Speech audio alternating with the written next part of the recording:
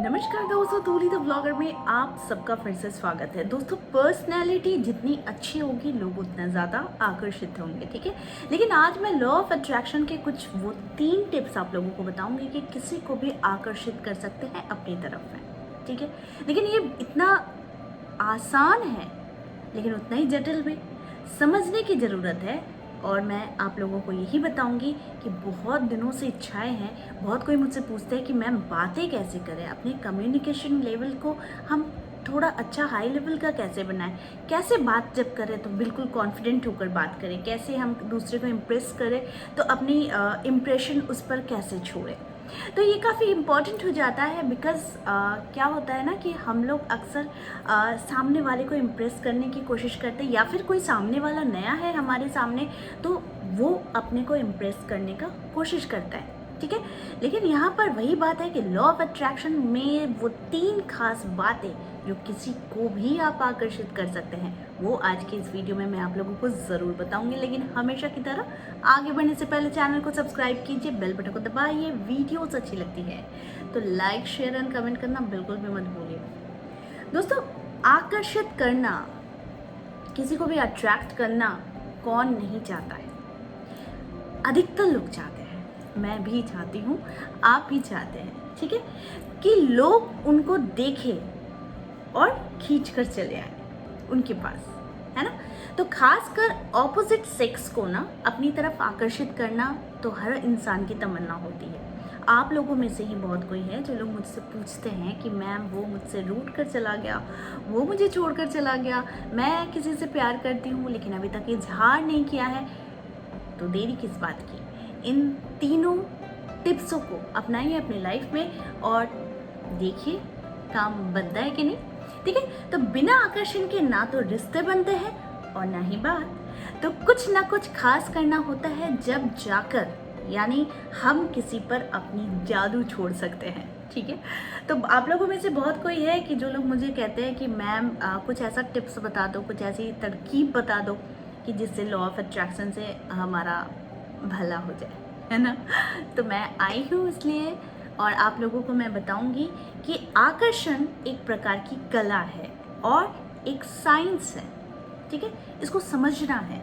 इसमें महारत हासिल करने वाले बहुत आसानी से ना सामने वाले के दिल में जगह बना लेते हैं, ठीक है। तो इसके ज़रिए आप बहुत जल्द ही पर्सनल लाइफ में एक मुकाम हासिल कर सकते हैं जिसको पैसे से कभी खरीदा नहीं जा सकता है ना। हमारी इम्प्रेशन ही ऐसी होती है, हमारी विचारधारा, हमारी बात करने का तरीका, हमारा ज्ञान, हमारा नॉलेज, चलो वो तो दूर की बात है, ये मैं छोड़ देती हूँ। लेकिन कम से कम एटलीस्ट वो सामने वाला इंसान हमारी ओर आकर्षित कैसे होगा, वो क्या क्वालिटी देखकर होगा, ये भी तो जानना ज़रूरी है ना। कि हम कुछ भी बोल दें, कुछ भी कर दें और सामने वाला हमसे अट्रैक्ट हो जाए, ऐसा होता है क्या?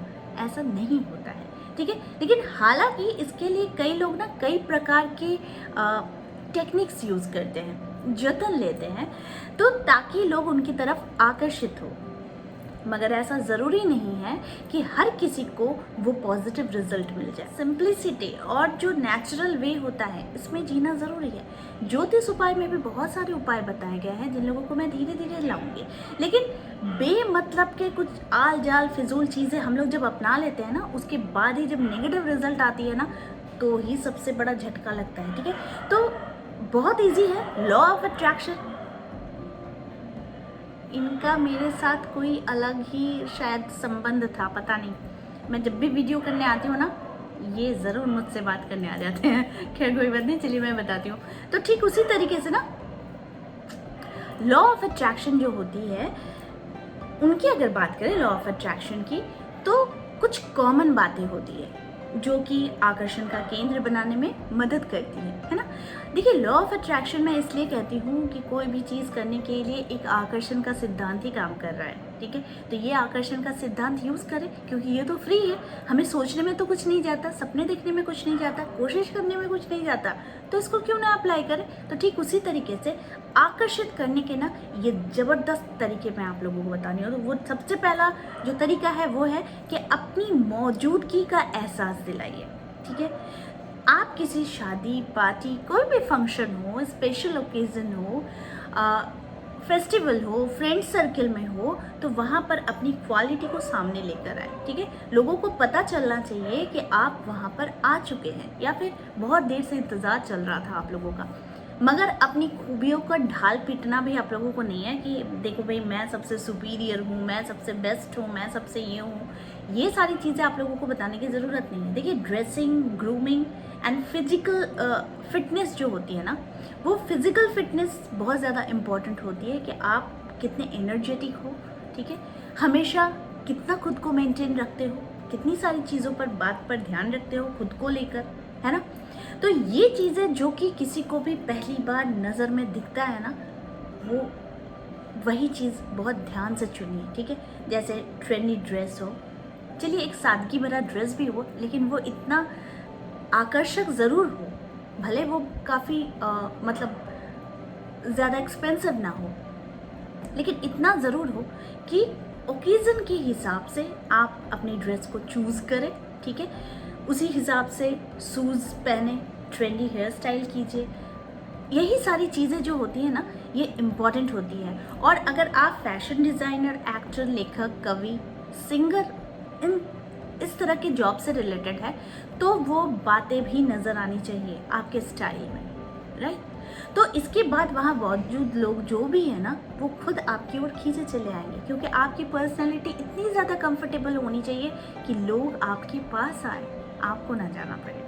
तो उसके लिए खुद को मेंटेन करना ज़रूरी है, साथ में सादगी को रखनी है, लेकिन सादगी में भी वो आपका एक सेंस झलके जो कि लोगों को आकर्षित करे आपकी ओर, ठीक है। दूसरा जो है वो है बात करने का स्टाइल। जी हाँ, ये बहुत ज़्यादा इम्पॉर्टेंट हो जाता है, क्योंकि अगर आपके आउटफिट या किसी खास गुण के कारण कोई आपके पास चला आए, तो उसकी कितनी देर तक साथ आप रख सकते हैं, ये ज़्यादा इम्पॉर्टेंट है। ये आपकी बातों पर निर्भर करता है कि कोई आपको देख कर आ रहा है, आपके आपकी सज्जा को देख कर आ रहा है, आपके स्टाइल को देख कर आ रहा है, लेकिन जब सामने आ रहा है तो वो कितना देर टिक रहा है, वो कितना देर आपको याद रख रहेगा आपके चले जाने के बाद या उसके चले जाने के बाद, ये बहुत ज़्यादा इम्पॉर्टेंट हो जाता है।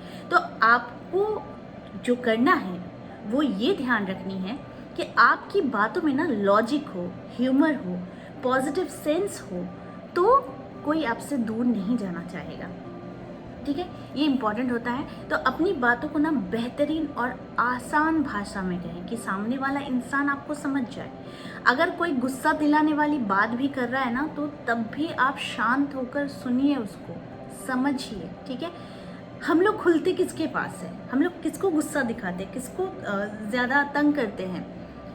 जिनके पास हम कंफर्टेबल होते हैं, जिनसे हम बहुत दिल से प्यार करते हैं। लेकिन हर एक इंसान हमारे कंफर्ट जोन में नहीं है, हर एक इंसान हमारे सोच के परे ही होता है, क्योंकि बहुत रेयर होता है जो इंसान हमारे दिल के करीब होता है, जिसके पास हम लोग खुलकर बात कर सकते हैं। लेकिन बाहर में जब हम सोशलिज्म करते हैं, किसी गेट टुगेदर में मिलते हैं, तो हर इंसान हमारे दिल के पास तो नहीं होता है, लेकिन कोई चीज़ क्या होती है कि हमें मेंटेन करनी पड़ती है। ठीक उसी तरीके से आपको ये देखना होगा कि आपके साथ जो हो रहा है उसको आप कैसे टैकल करते हो, तो ये ज़्यादा इम्पॉर्टेंट हो जाता है। तो इससे भी क्या होता है कि लोग जब आप में देखेंगे इतनी सारी क्वालिटीज़ है कि आप लोगों को कोई भी सिचुएशन को बहुत शांति से हैंडल कर रहे हो, बहुत अच्छे से प्रेजेंट कर रहे हो कोई भी चीज़, तो लोग आकर्षित ज़रूर होते हैं। तीसरा जो कि इम्पॉर्टेंट है कि आप जब भी देखिए, तीसरा मैं आप लोगों को बता देती हूँ, लेकिन उससे पहले एक चीज़ बताती हूँ कि कॉन्फिडेंस लेवल अगर आप बहुत ज़्यादा हाई है ना,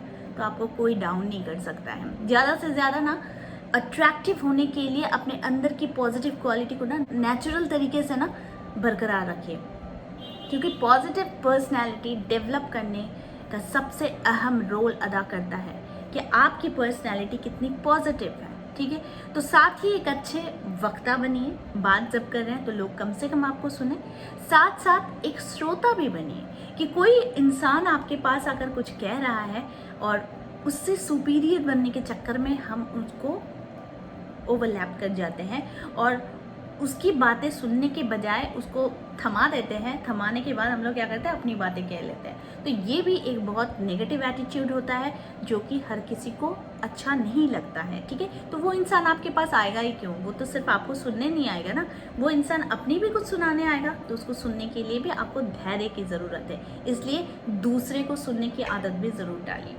तीसरा जो है वो है स्मेल गुड फील गुड। ये बहुत हंसी वाली है लेकिन ध्यान देने योग्य है। जैसा कि आप जानते ही हैं कि स्मेल ये अधिकतर लोगों को ना मोहक बना देती है। हम लोग बहुत सारे परफ्यूम यूज़ करते हैं, राइट। हम कोई शैम्पू भी यूज़ करते हैं ना, तो उसमें स्मेल गुड होनी चाहिए, ठीक है। तो एक गुड स्मेल क्या करती है, इंसान को आपकी ओर खींचती है। तो इस खिंचाव को बनाने के लिए एक और बात ज़रूरी है कि अगर आपके पास कोई आए तो उससे अगर स्मेल अच्छी ना लगे, यानी कि इसके बिना तो आकर्षण की बात पूरी नहीं होती है। क्योंकि हम लोग क्या होता है कि हम लोग कहीं बाहर जा रहे हैं, किसी फंक्शन में जा रहे हैं, तो परफ्यूम वगैरह ज़रूर यूज़ करते हैं, लेकिन क्या हम लोग ख्याल रखते हैं कि पसीने की बदबू, मुंह से बदबू, है ना, कपड़े से बदबू, इस तरह की समस्या से क्या होता है, अक्सर लोग जूझते हैं लेकिन इसको नज़रअंदाज भी कर देते हैं। लेकिन ये बहुत ज़्यादा खास होता है क्योंकि इसे दूर करने की कोशिश करनी चाहिए। साथ ही माउथ फ्रेशनर लेना मुंह के लिए बहुत ज़रूरी है, ठीक है। मुंह की बदबू अगर आपकी पास आती है तो सामने वाला आपसे दूर ज़रूर भागेगा, है ना। तो इस बात का ख्याल आप लोगों को रखना है कि आपको बदबू को, जो भी है, आपके पसीने की बदबू हो, आपकी कपड़े की बदबू हो, आपके मुंह की बदबू हो, इन सारी चीज़ों को ना भगाने का काम कीजिए। इनको सोचिए कि कैसे भगाना है, और ये आपके इम्प्रेशन को ना बिगाड़ने का काम करता है। तो इससे आप लोगों को बचना है। देखिए, लॉ ऑफ अट्रैक्शन ना, इनमें यानी लॉ ऑफ अट्रैक्शन में कुछ बातें जोड़ना चाहती हूँ मैं अपने तरफ से, कि आप कमेंट करके बताइए कि अगर ये पॉइंट आप लोगों को अच्छी लग रही है तो फिर मेरे वीडियो में आकर ज़रूर बताइए कि यस मैम, ये बहुत ही गौर करने लायक बातें हैं, ठीक है। तो आई होप आज का वीडियो आप लोगों को अच्छा लगा होगा।